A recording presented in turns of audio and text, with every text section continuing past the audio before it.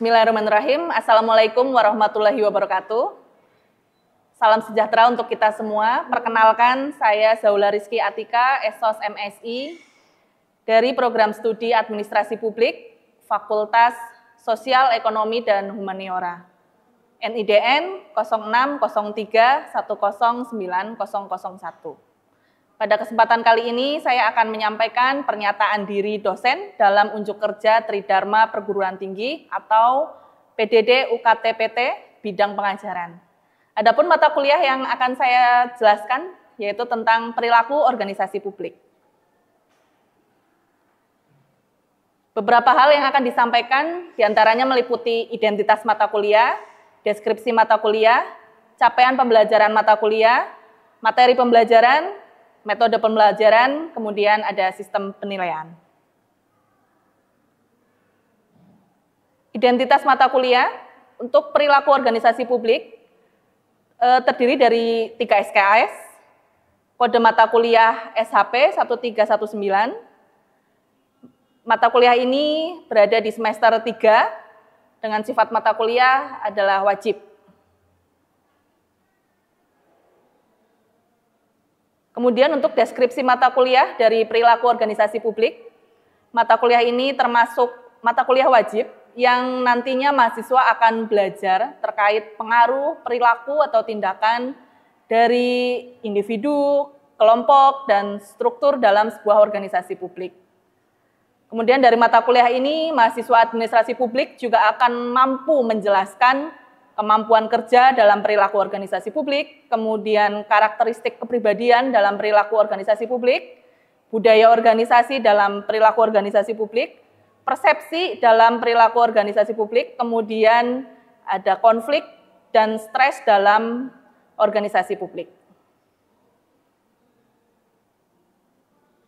Capaian pembelajaran mata kuliah perilaku organisasi publik diantaranya terdiri dari yang pertama, mampu menerapkan pemikiran logis, kritis, sistematis dalam konteks pengembangan ataupun implementasi ilmu administrasi publik yang memperhatikan dan menerapkan nilai humaniora yang sesuai dengan bidang keahliannya. Yang kedua, menguasai konsep teoritis dan mampu mengkaji tentang kaitan bidang ekonomi, politik, sosial, dan budaya, serta bidang lainnya terhadap perkembangan studi administrasi publik. Yang ketiga, menguasai pengetahuan tentang konsep dasar dan ruang lingkup dalam bidang organisasi publik. Yang keempat, menguasai pengetahuan tentang perilaku-perilaku dalam organisasi publik. Kemudian yang kelima, menguasai pengetahuan tentang lingkup analisis perilaku organisasi publik. Kemudian yang terakhir, menguasai pengetahuan tentang ragam isu terkait perilaku organisasi publik.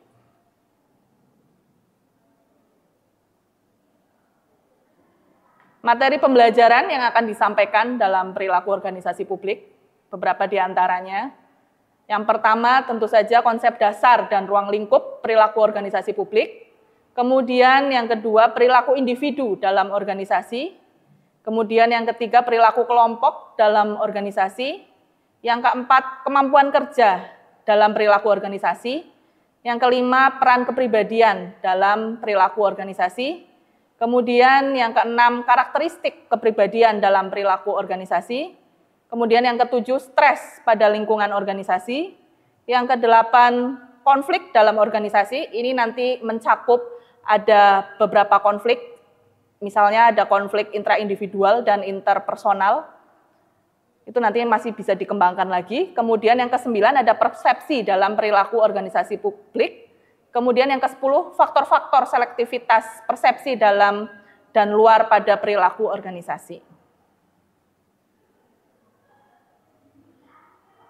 Metode pembelajaran yang digunakan adalah DIA, itu terdiri dari delivery, interaction, dan assessment.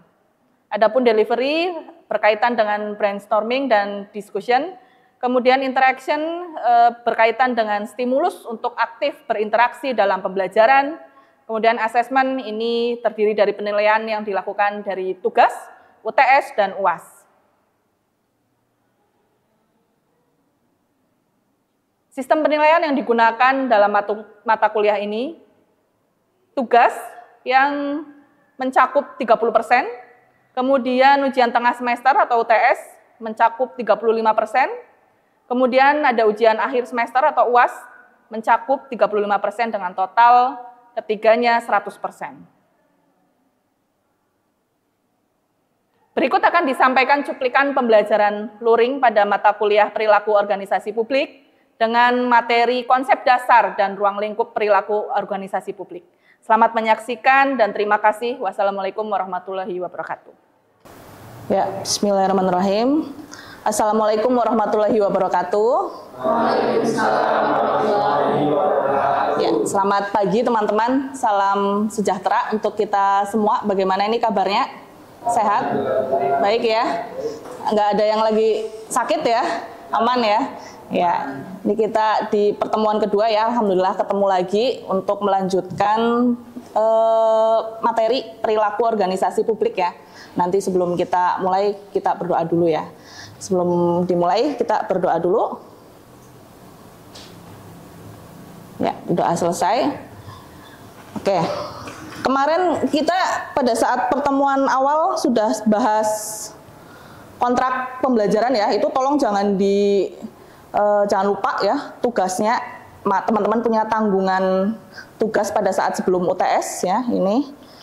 Kemudian referensinya silakan nanti teman-teman barangkali ada yang mau ditambahkan dari yang teman-teman dapatkan dari luar boleh. Nah ini rencana kita hari ini mau membahas berkaitan konsep dasar ya dan ruang lingkup perilaku organisasi publik ya. Kalau teman-teman ingat kemarin pada saat teman-teman masih jadi mahasiswa baru sempat belajar teori organisasi publik ya. Ini sedikit di tahap selanjutnya ya.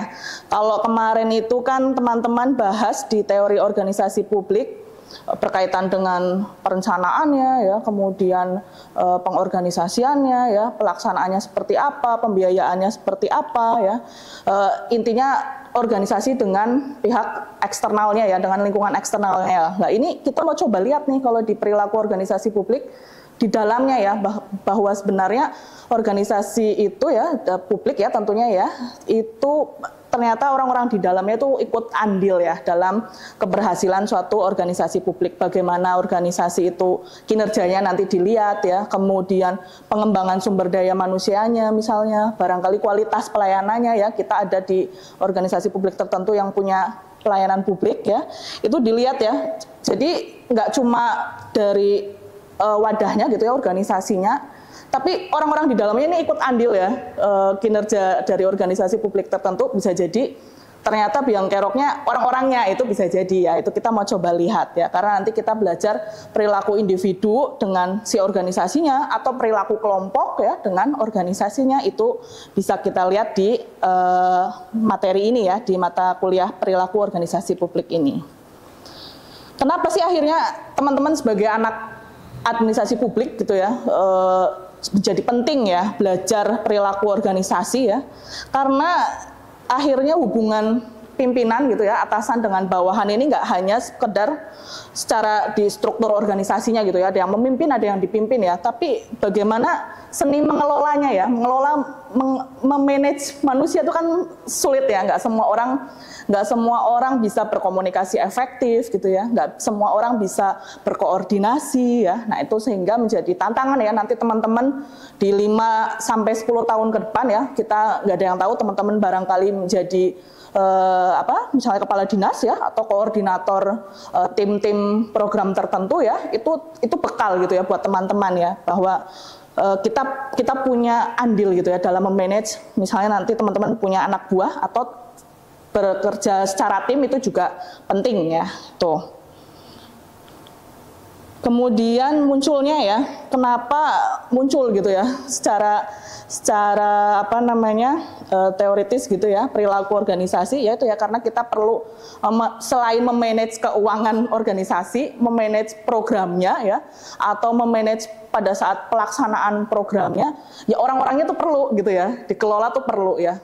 Makanya kalau teman-teman misalnya di himpunan mahasiswa ya akan menemui ya orang-orang, ada yang dominan ya, ada yang ambisius ya, ada yang harus dituntun dulu baru bisa bekerja ya dan sebagainya. Itu teman-teman harus paham gitu ya. Timnya tuh berisi orang-orang yang seperti apa tuh. Sehingga ini bekal ya, jadi suatu bosnya gitu ya, pimpinannya ya, untuk bisa memanage secara tim ya itu.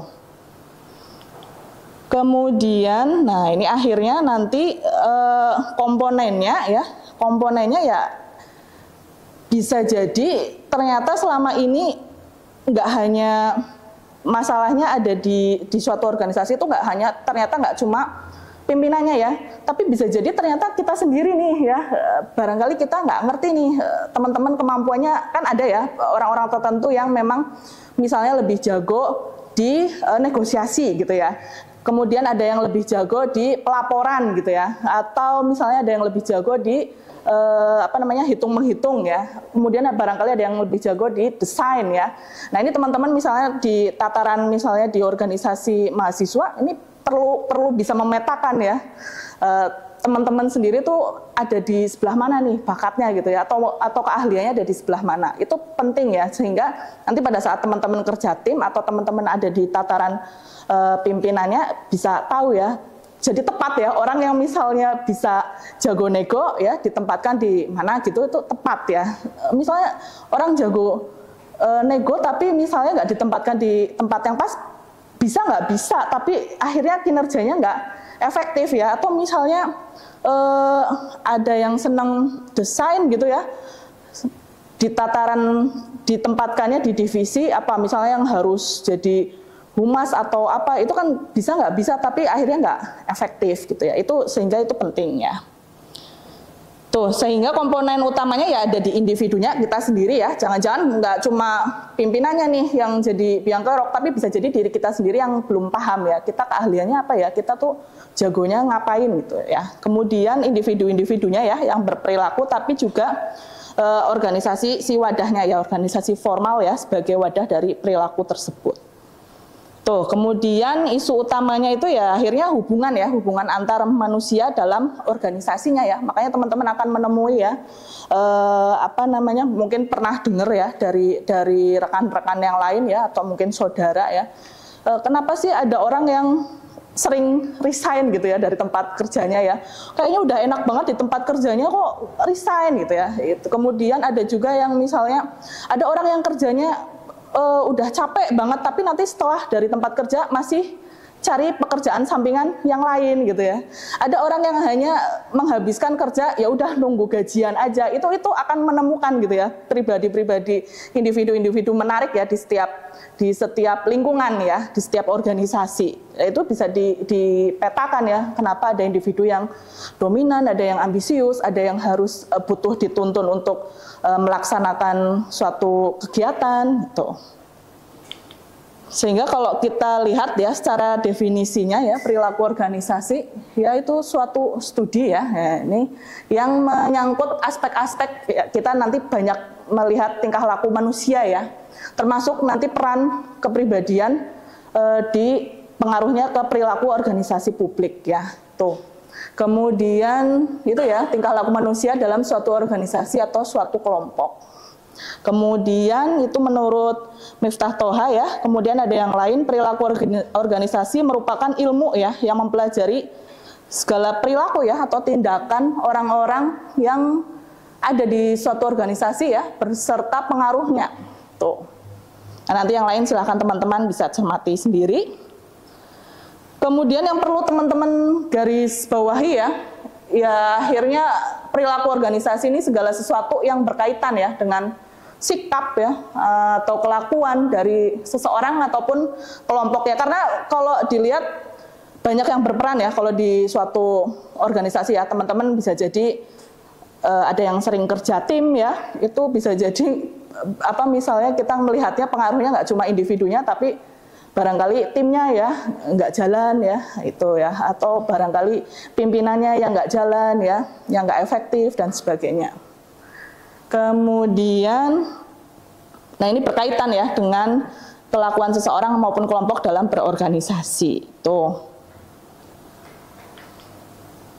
tujuannya ya, teman-teman sebagai anak administrasi publik ya, kenapa menjadi penting ya, tujuannya untuk mempelajari perilaku organisasi, biar paham ya, teman-teman biar paham perilaku yang terjadi dalam organisasi ya. Tadi sempat kita sampaikan ada si ambisius ya, si dominan ya, ada yang harus benar-benar dituntun untuk mengerjakan tugas-tugasnya ya, ada yang harus selalu dimotivasi ya, dan sebagainya.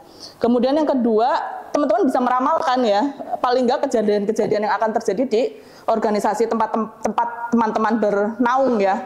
Kira-kira masa depan organisasinya akan seperti apa ya? Apa stuck di situ aja? Apa ada gebrakan-gebrakan baru ya dari program-program yang teman-teman susun ya? Atau malah mengalami penurunan ya? Teman-teman bisa melihat itu dari bisa dari diri kita sendiri gitu ya, bagaimana teman-teman bekerja di organisasi itu, atau timnya ya, atau melihat dari pimpinannya itu bisa. Kemudian yang ketiga, bisa mengendalikan ya perilaku yang terjadi dalam organisasi. Misalnya teman-teman kewenangannya sebagai koordinator ya, atau misalnya nanti teman-teman di suatu saat jadi kepala dinas ya dan sebagainya, teman-teman akhirnya bisa mengendalikan ya. Misalnya si A jagonya di mana, misalnya di bagian hitung-menghitung ya, bisa dipindahkan ke bagian yang keuangan dan sebagainya. Atau yang satu jago desain, bisa ditempatkan di tempat ngurus medsos misalnya dan sebagainya gitu. Begitu teman-teman ya, kurang lebihnya seperti itu untuk materinya. Kita coba lanjut ke sesi diskusi ya. Kita coba lanjut ke sesi diskusi. Silahkan dari teman-teman ini sambil isi daftar hadir ya, Mbak. Silahkan. Ada yang nggak berangkat? Masuk semua? Ya, silahkan. Kita berarti ada di pertemuan kedua. Monggo, barangkali ada yang mau menanggapi. Silahkan dari teman-teman. Ya, ya, oke. Silahkan. Ibu disebutkan bahwa perilaku organisasi itu terdiri dari individu dan organisasi publik. Tapi menurut Ibu, apakah mungkin karakter individu yang terlalu dominan bisa mengubah arah budaya organisasi? Jika iya, bagaimana contoh nyatanya di organisasi publik, Bu? Terima kasih. Ya, terima kasih Mas Ali.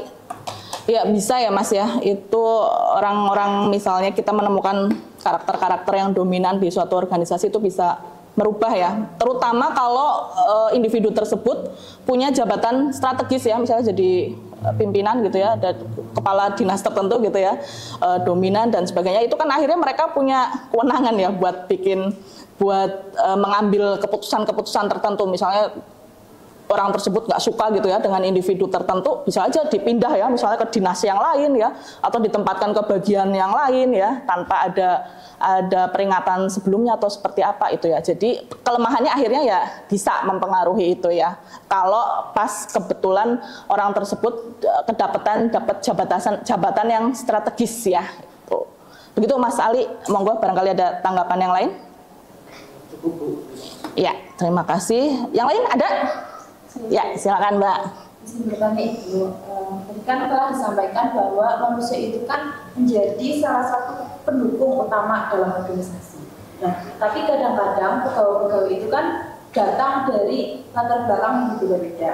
Nah, menurut Ibu ini, apakah perbedaan dari latar belakang itu bisa menimbulkan konflik atau malah justru menjadi kekuatan dalam perusahaan itu sendiri?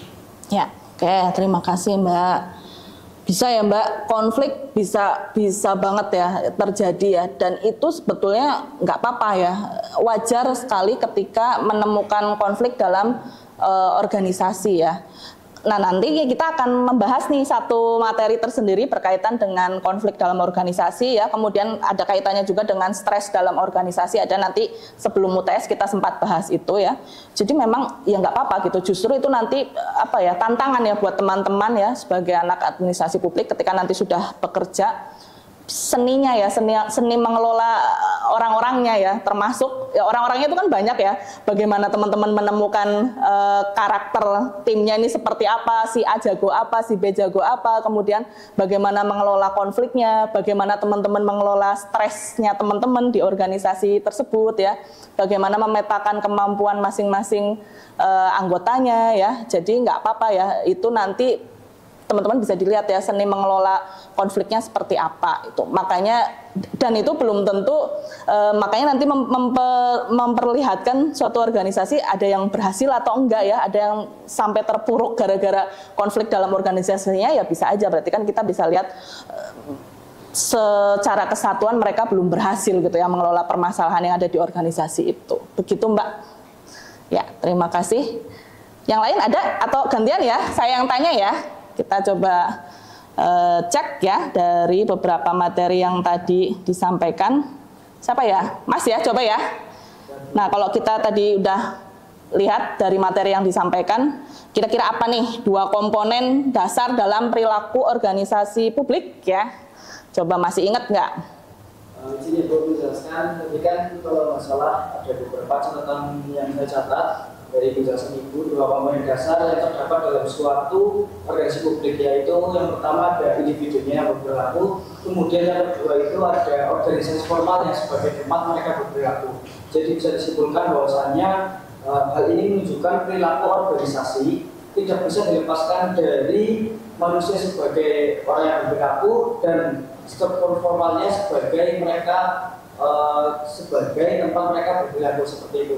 Bisa dikoreksi lagi kalau ada masalah. Ya, terima kasih Mas. Ya, jadi 2 komponen utamanya yaitu ya kita nih sebagai individunya ya, orang-orangnya yang ada di dalam organisasinya itu nanti banyak sekali ya nanti yang akan berkorelasi dengan yang lainnya. Bagaimana kita berperilaku dengan organisasinya, bagaimana kita berperilaku dengan pimpinan organisasinya, bagaimana kita berperilaku dengan kelompok organisasinya, itu tim ya, misalnya kita lagi bekerja tim ya, itu ya. Kemudian yang kedua, komponen yang kedua ya wadahnya ya, tempatnya ya, tempat kita bernaungnya si organisasinya ya, tempat nanti teman-teman bekerja atau teman-teman yang ikut organisasi kemahasiswaan ya, wadahnya itu ya. Jadi nanti dibenturkan lagi dengan yang pas kita belajar teori organisasi publik itu ya, yang ada planning, organizing ya dan sebagainya ya.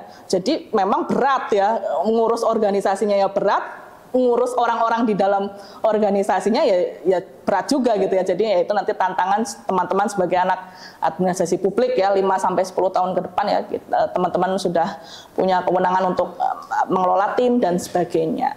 Begitu, monggo barangkali ada yang lagi yang mau menanggapi atau cukup. Jangan lupa teman-teman punya tugas yang harus diselesaikan untuk minggu depan dan sebelum UTS ya. Tuh. Ada yang mau menanggapi lagi? Kalau tidak kita tutup ya. Terima kasih banyak. Mohon maaf kalau ada salah-salah kata. Begitu saja. Terima kasih. Wassalamualaikum warahmatullahi wabarakatuh. Waalaikumsalam.